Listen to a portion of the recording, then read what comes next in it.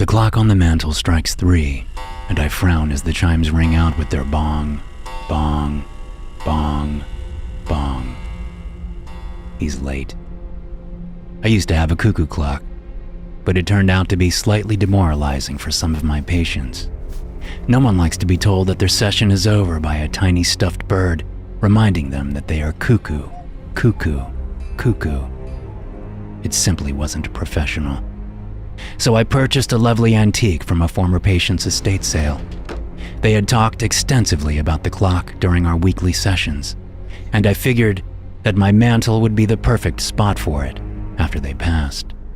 Of course, I asked the next of kin if they would be comfortable with me purchasing the clock. I didn't want to be inconsiderate of their feelings. They readily agreed, saying how much my sessions had helped their loved one during some trying times. I had to laugh at that once I was alone. I glance at the clock and it's 3:05. Tardy is one thing, but late without any notice is a whole other problem. I've already set out the tea, cups, sugar, milk, honey, lemon, and a steaming pot of rich black tea. It's a special variety that I purchased from a Chinese market across town. Although, variety is a misnomer. Unlike coffee, there is only one tea plant. White tea, green tea, black tea. They all come from the exact same plant. The differences between them are where the plants are grown, the age at which the leaves are picked, their individual curing process, and their preparation. Yet, at the end of the day, orange pekoe and oolong are of the same tea leaves. It's remarkable what humans can accomplish through constant practice and perseverance. To think we may not have the dark, smoky flavor of gunpowder tea or the subtle, delicate flavor of a quality white. Mine is a very special blend that I have made there at the market. Ah, I do love my tea. 3:15 and still no sign of my new patient. I could text him since his number is on his initial intake form he filled out online. But for a first session, I feel that may get things started on an intrusive foot. So, I lean back in my comfortable, but not too comfortable, or I might nod off, chair and wait. 3:15 becomes 3:20, becomes 3:25. I grab my tablet and bring up his intake form. Except I can't. It's gone. I swipe through the different pages on the organization and scheduling software I use for my practice, but there's nothing, or at least, nothing on him. All of my other patients' files are intact, yet this gentleman's is simply not there. There's a light knock at my office door. "Come in." I set my tablet to the side as I stand up. In walks a formidable person, well over 6 feet tall, perhaps even edging towards 7 feet, broad shoulders, large brow, hands like kettlebells. "Dr. Osgood?" The man has a surpassingly mellow, almost melodic voice. Not what I was expecting to come out of such a huge specimen of the human form. "Mr. Mazen, come in. Have a seat." I direct him to the small couch set on the opposite side of the coffee table, or in my case, the tea table, from my not too comfortable chair. "I'm glad you made it. You had me worried for a moment." I offer him my hand and he shakes it. I notice a small drop of red on his shirt sleeve, but maybe I'm mistaken, because he pulls his hand back quickly and the sleeve is lost from sight, so I am unable to get a second look. "Sorry, I was running late. Had a work thing I couldn't get away from." "Oh? And what is it that you do, Mr. Mazen?" "Ben, please." He sits down as directed, a good sign. "Well, Ben, I have to admit something rather embarrassing." "I thought I was supposed to be the one admitting embarrassing moments. Isn't that what therapy is for?" "I suppose it can be that way, yes." I take my seat and grab a legal pad and my favorite pen, a Waterman that was willed to me by one of my very first patients after they passed. I cherish this pen almost as much as I cherish my tea. "But for therapy to work, you have to look at things from a different lens. Perhaps that embarrassing moment was simply a learning lesson." Like how not to be late to your first appointment with a new doctor? Is being late embarrassing for you? Depends on what I'm late for. He grins and then points at me. You were about to admit something? Oh yes, and like I said, this is quite embarrassing, but I seem to have lost your intake form. I filled it out like you asked. I clicked on the link in the email and everything. I know. This isn't on you in any way. No, this is my fault completely. Hence the embarrassment. It's tech. Shit happens. He shrugs and smiles. A very kind smile. Mix that with his size, and he's surprisingly disarming. You expect one thing, get something entirely different, and your defenses begin to dissipate. Well, because shit happens with tech, I can't look up your file. So, I am forced to ask again. What is it that you do? I'm in tech. Oh, maybe you can help me with my missing file problem. He only smiles. I probably can. He adjusts his bulk on the couch, easing into the cushions more. I'll have a look after our session. I've already wasted so much time being late. Yes, about that. You said you were late because of work, which is in tech, as you mentioned. Can you be more specific on both? What exactly do you do, and why did that prevent you from being on time? Well, Doc, that's a tricky one. I'd prefer it if you called me Dr. Osgood. The informal nature of Doc can lead us astray from the proper doctor-patient relationship. Plus, there's an inherent, or how do I say this, unpleasant undertone to the Doc moniker. Doc Holliday, Doc Savage, Doc... Did you say Doc Hollywood? What? Who? Doc Hollywood. I'm unfamiliar with this character. You don't know Doc Hollywood? Oh man, it's that old Michael J. Fox movie. You know him, right? Yes, from those Back to the Future movies. He has an illness, doesn't he? Parkinson's. That's it, yes. How unfortunate. Yeah, real bummer. Anyway, as I was saying, I prefer it if you call... You really haven't seen Doc Hollywood? No, I'm afraid I haven't. Man, my dad would make me sit and watch that with him over and over. Oh? And how old were you? I don't know. From elementary school on up, I guess. It was already like 20 years old, but my dad still had the VHS tape, and he'd shove it in our old VCR, and we'd watch it 3 or 4 times in one night. 3 or 4 times? The same movie? Not with other films? Oh no, never. Just that same movie. We'd always watch it 3 times. The 4th time was only if I couldn't recite the lines properly during the 3rd time. Recite the lines? I don't follow. Say them along with the movie. You haven't ever done that with a movie you've seen multiple times? I have to admit, I don't watch many movies. I prefer a good book and some delicious tea. I lean over the coffee table. Can I pour you a cup? It's a delightful... Not right now, thanks. I don't really drink tea. Is that so? I suppose that bit of information would be in your intake file, but unfortunately, we'll never know now.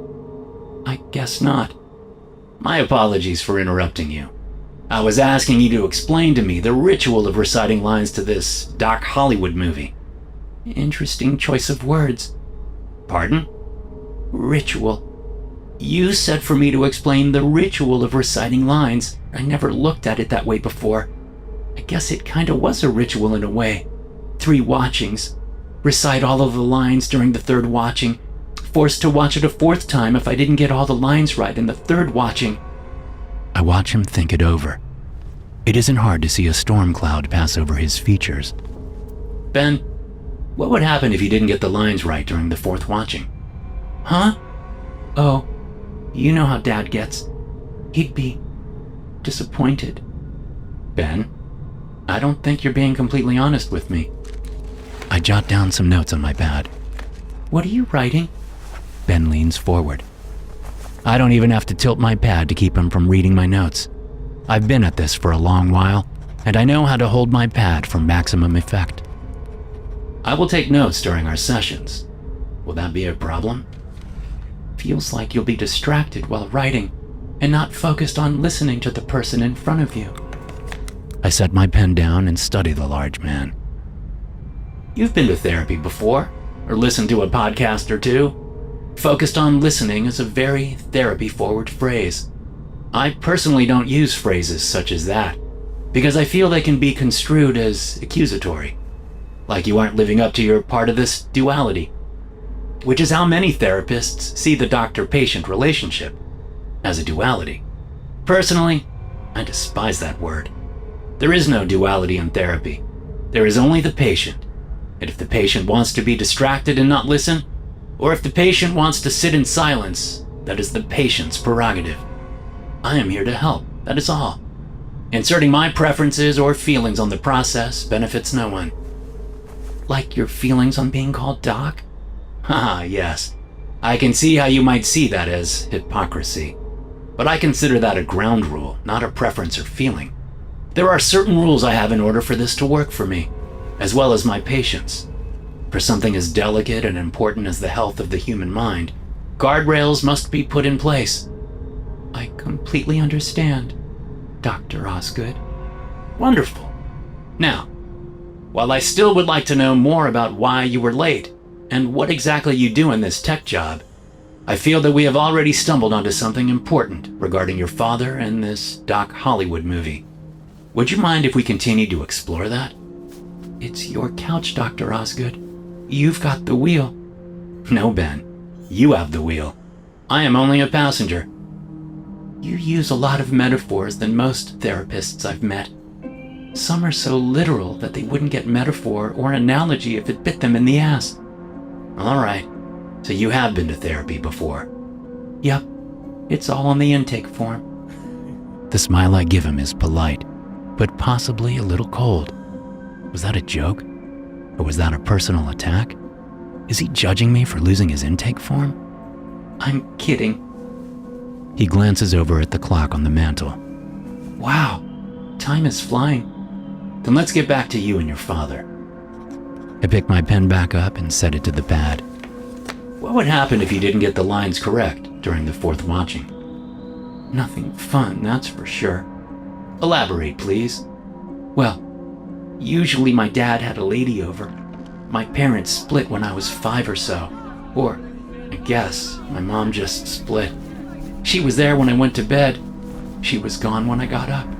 All of her clothes and makeup and everything was just gone. He frowns as I write. I am listening intently, I can assure you, Ben. Please continue. You were saying that your father would sometimes have a lady friend over to watch the movie with you. No, that's not what I said at all. The melody in Ben's voice has turned to menace, and I look up from my pad. My apologies. Please tell me what you said again so I have it correct. I said that usually my dad had a lady over. She wasn't a lady friend, not in that way. They weren't friends at all, no sir. How do you mean? Ben shakes his head and laughs. You keep piling questions upon questions, Dr. Osgood. I'm having a hard time keeping them all straight. Which one do you want me to answer first? What exactly I do in tech? Why was I late to the session? What happened when I screwed up the lines in the fourth watching? Or why the lady that might have been over that night wasn't exactly a friend of my dad's? That about right? Did I get all the questions? I nod and give him my conciliatory smile I save for priests, next of kin, and police officers. Let me be specific and narrow it down for you. What would happen if you got the lines in the fourth viewing wrong? Not the question I would have focused on first, but close. He relaxes into the couch and looks up at the ceiling. Then his eyes fall and lock onto mine. Do you know the game Twister? The party game with the plastic mat that has all the primary colored dots on it? Of course. Have you ever had to play with it? Have you ever had to play it with only one other person? Maybe. I mean, it has been decades since I played that game. College, perhaps. I seem to remember that as people fell or made mistakes, they were removed. So, yes, eventually there would only be 2 players left. Although, I was horrible at it, so I may not have ever made it to the final duel. Final duel. I like that. He rubs his face. Twister is a simple game, but not easy. Most folks believe that it's all about flexibility. You just have to be able to angle your body and stretch yourself to the correct dot and you will win. But there's so much more strategy to it. He pauses. I wait. I have questions, but he's made it clear which direction he wants to go in, so I let him. However, it does take all of my self-control not to let him know that the tea is slowly getting cold. The strategy of Twister is not for you to be able to move your hand or foot onto green or red or yellow, but to make sure your opponent isn't able to do the same. And you see the other players as opponents and not companions? I always felt that Twister was a communal game, a party game designed to bring a group together. And you are saying it is a little more competitive than that. Everything is competitive, Dr. Osgood. Everything. We'll unpack that soon. But please continue with your dissection of Twister. Dissection? He rubs his face again and snorts. A perfect word for this story. A chill runs up my spine, and for the first time since he's arrived, and I'm embarrassed to admit this as well, I truly see Ben Mazen for who he is. A beast of a man. Look at him. Nearly 7 feet tall with arms and legs the sizes of small trees. A chest so broad that I doubt I could hug him and have my hands touched together around his back. Bald head, shaved and shined beautifully. A short beard, trimmed nicely but still messy, with it creeping down his neck. Those massive hands, his deep, penetrating eyes, the way his mouth turns up in a smirk that lacks any warmth or mirth in it. No, when this man smirks, he is showing the world that we are in the presence of something very, very dangerous. I shift uncomfortably in my chair, wishing I hadn't left my phone back on my desk, like I always do during sessions. Being able to have a lifeline within reach, just in case things take a turn for the worse, would be comforting right now. Here's how it would play out, Dr. Osgood. On a regular night, I would be sitting there, doing my homework, and my dad would get home. He'd whip up beans and weenies or boxed mac and cheese. We'd eat dinner and watch some Tube. I'd finish my homework, maybe watch a little more Tube, and then go to bed. Sounds very stable. Yeah. But then there would be movie nights. Dark Hollywood nights. He takes a deep breath, and I can see in his eyes as he searches back for those memories. Memories that I must assume are very painful from the way the skin around his eyes tenses. I'd know it's a Dark Hollywood night because instead of parking in the driveway, my dad would pull into the garage. I'd hear that door go up, the car drive in, the door go down, then silence. I learned that I needed to put my homework away and get the VHS tape ready. He looks at the clock on the mantel and smirks. I am not a fan of that smirk. Then he'd come in the house, grab a beer from the fridge or a bottle from the liquor cabinet, plop down on the couch and wait for me to finish making the popcorn. That whole time he wouldn't say a word to me. He barely even looked at me. He'd go from the garage to the couch, with his only detour being grabbing his night's drink of choice, and be completely silent. Then we'd watch the movie. 3 times. And on that 3rd time, you'd have to recite the lines correctly, yes? Now, is it all of the lines, every character, or just the Michael J. Fox part? All of it. Every last line. And if you got them all correct in that 3rd viewing, he'd let me brush my teeth and go to bed, which I did as fast as possible. Sometimes I'd take cough syrup so I could fall asleep quickly. You would medicate yourself? Why would you do that, Ben? Did your father... Did he come into your room at night? Dad? Oh, shit, no. He was no kiddie diddler. He liked them at least in their 30s. Petite, brunette, or dark red with good tits and a perky ass. They were mostly white trash. But every once in a while, he'd bring home a black lady or an Asian. That was rare, though. I think women like that grew up a little more wary of guys like my dad. Wary? Wary how? Am I being too subtle? Perhaps. Okay, well, I would dope myself and go right to bed, so I couldn't hear him drag the woman in from the garage, so I couldn't hear her crying as he pulled her down the hallway past my bedroom. That's why. So I couldn't hear her calling for help, so I couldn't hear the sound of those whacks, the wet, hard-chopping sounds. Ka-thunk, ka-thunk, ka-thunk. He wrings his hands, and I can see the blood being pressed out of his fingers. When he isn't speaking, his lips are pressed tightly together, turning them as white as his fingers. He stares at me, and I see that beast in there, the monster lurking just below the surface. Will I have time to sprint to the corner of the office and grab my phone off my desk before he can leap across the coffee table and grab me by the back of the neck? Dr. Osgood? You still with me? Oh, yes. Sorry. I was processing what you just said. I swallow hard and really wish I had a cup of tea to sip from. I should have poured my own before he arrived. Are you saying that your father harmed these women? Harmed? No. Oh, that is good. Harm is when you kick a dog. No. My dad? He fucking chopped them up into messy chunks, then put those chunks under the covers with him and went to sleep. My mouth is suddenly desert dry. So dry that I worry if I move my tongue, it will make a scratching noise like cat claws on a sliding glass door. Not expecting that, were you? His laughter is cruel and mocking. None of you people ever are. You people? Therapists, psychologists, psychiatrists, counselors, people like you and your colleagues. You've told this story to others, I take it? That's it. Keep him talking. Let him run his mouth until I'm able to steer this session back on track. Yeah, I've told it to others. He places his finger to his chin and acts as if he is deep in thought. There was the woman in Scranton. She specialized in color therapy. I painted her off as bright red. Then there was the dude in Toledo. Scream therapy was his kink. He screamed and screamed and screamed during that session. The older gentleman in Hillsborough, he was more traditional. Just good old Freudian psychoanalysis. I emphasized the psycho part for him and stuffed all his parts inside that cliche couch he had against the bay windows of his office. I don't move. I know that if I even flinch, this beast, this monster in my midst, will use it as an excuse to do to me what it sounds like he has done to others in my profession. I have to admit, I did not expect this session to take this turn.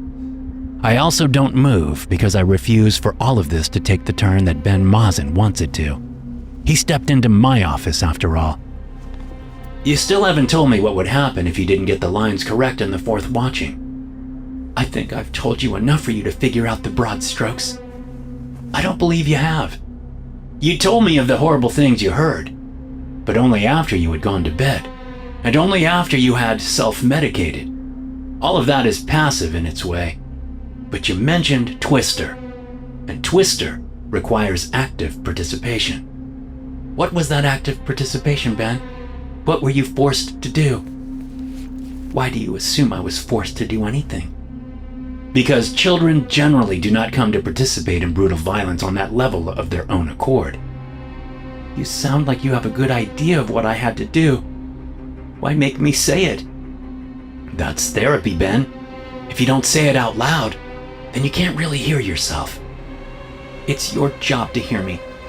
If I have to hear me, then I could just stay home and talk to myself in the dark. I wouldn't be out the $200 for the hour. It's only $40 a session with insurance. I don't use insurance. Didn't you see that in my file? I stare at him, and he rolls his eyes. Take a joke, Doc. Dr. Osgood, if you please. I think we'll stick to Doc from now on. I'd rather you didn't. I'd rather I did. Do you want me to finish the story or what? A loaded question if there ever was one. Do I want him to finish the story and tell me all of the grisly details of his nightmare of a childhood? Maybe. Particularly, and more to the point, do I want to keep him talking and talking until I figure out my next move? Absolutely. Please continue. Thanks, Doc. I will. If I screwed up the fourth watching, then my dad would smack me upside the back of the head and tell me to wait right there, which I did. If I was standing by the TV, I stayed standing by the TV. If I was mid-step and trying to head to my bedroom, I'd stay mid-step and freeze like I was a statue. Stay right there meant stay right there. The ticking from the clock on the mantel has never been so loud in my ears. I can't tell if he notices. How could he not? It's like a booming. When the clock strikes 4, I fear my eardrums will be shattered. Dad would come back into the living room, dragging whatever the night's catch was by the hair. She'd be crying and pleading with him. Then she'd see me and go absolutely apeshit. "Help me, kid! You gotta help me!" Like that was going to happen. I never understood the women who tried to bargain their way out of the situation. What were they thinking? Dad has kidnapped them, beat them, stuffed them into the trunk of his car, then drags them into our house where they can see his son plain as day? Oh, sure. Sorry for all this. You want to go home? You want to see your mother again? No problem. There's the front door. Bye and have a good night. His laugh echoes off the room's walls, and I do everything in my power not to cringe. Yeah, so he'd drag them in and then tell me to go get the twister box. I'd do that, set up the plastic mat, and then hand him the spinner while he handed me the hatchet. Dear Lord. The visceral effect of the story is so real that I have to keep myself from squirming in my chair. He'd spin, the woman would cry and try to get out of her bindings, and I twirled the hatchet in my hand as I studied her body. I would look for the weak points. Maybe she'd have thin wrists or ankles, or maybe it'd be the elbows or shoulders. Rarely would I need to go above the knees, though, unless that particular woman had those thin, lithe legs that go all the way up to her waist. I knew my dad, and he liked it when those legs came off at the hips. He's studying me closely now, watching to see when I'll break, when I'll lose my cool and panic. He wants me to get up and run for my phone. He wants there to be a chase, a predator meets prey moment. Dad would get us in place on the mat, which was silly since the women's feet were always bound. But how the game started wasn't the point. It was how it ended that he loved. I glance at the tea and he smiles at me. Thirsty, Doc? Perhaps. You? A little. All this talking. May I pour? Knock yourself out. Care for a cup? Not yet. I smile and nod. I shift forward and get close enough so I can lean over the coffee table and pick up the teapot. My hands are shaking and that amuses Ben, but I don't give him the satisfaction of spilling even a single drop as I pour the tea into the cup on the left. He watches me like a hawk or a wolf or a lion until I take my cup and sit back in my chair. Continue, please. Thanks. So we'd be on the mat and he'd spin. Right foot red, he'd call out. If it was my turn, I would place my foot on a red dot. If it was her turn, we'd watch her fail completely, because no one can actually play Twister with their feet and hands bound. Normally, if this was some slumber party, the game would end there. But with Dad, the game had just begun.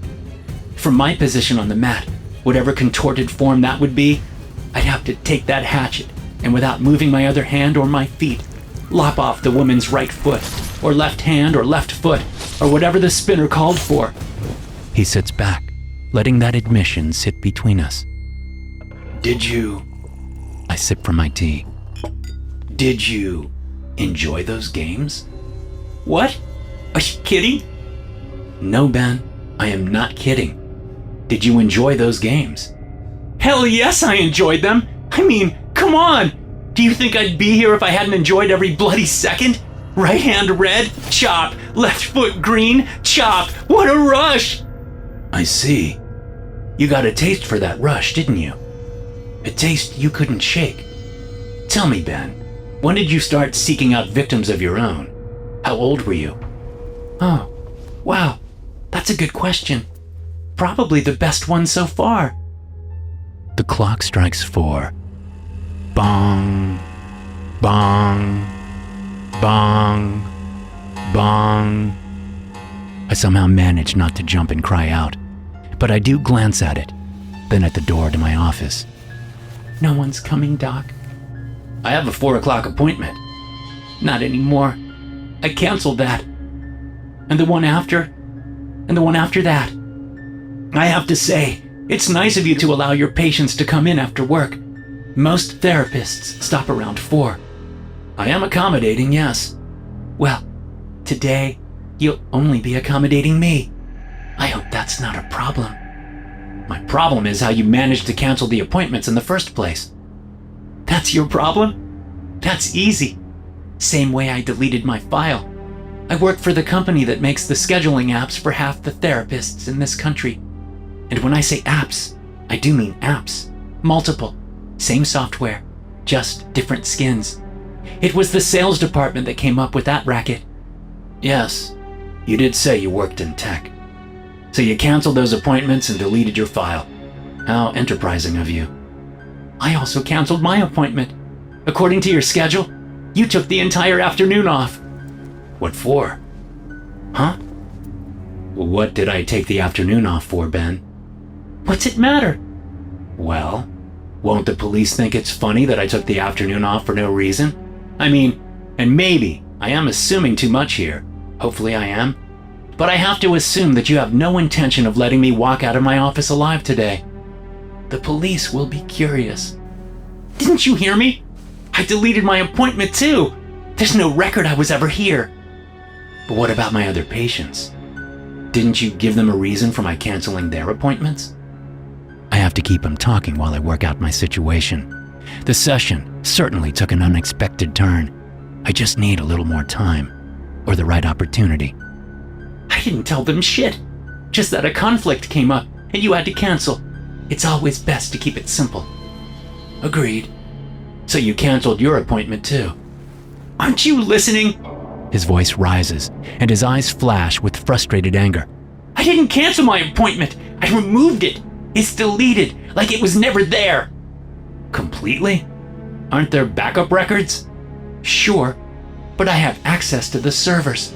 It would take a forensic tech to go through those servers bit by bit, line of code by line of code, in order to find even a trace that the information was wiped.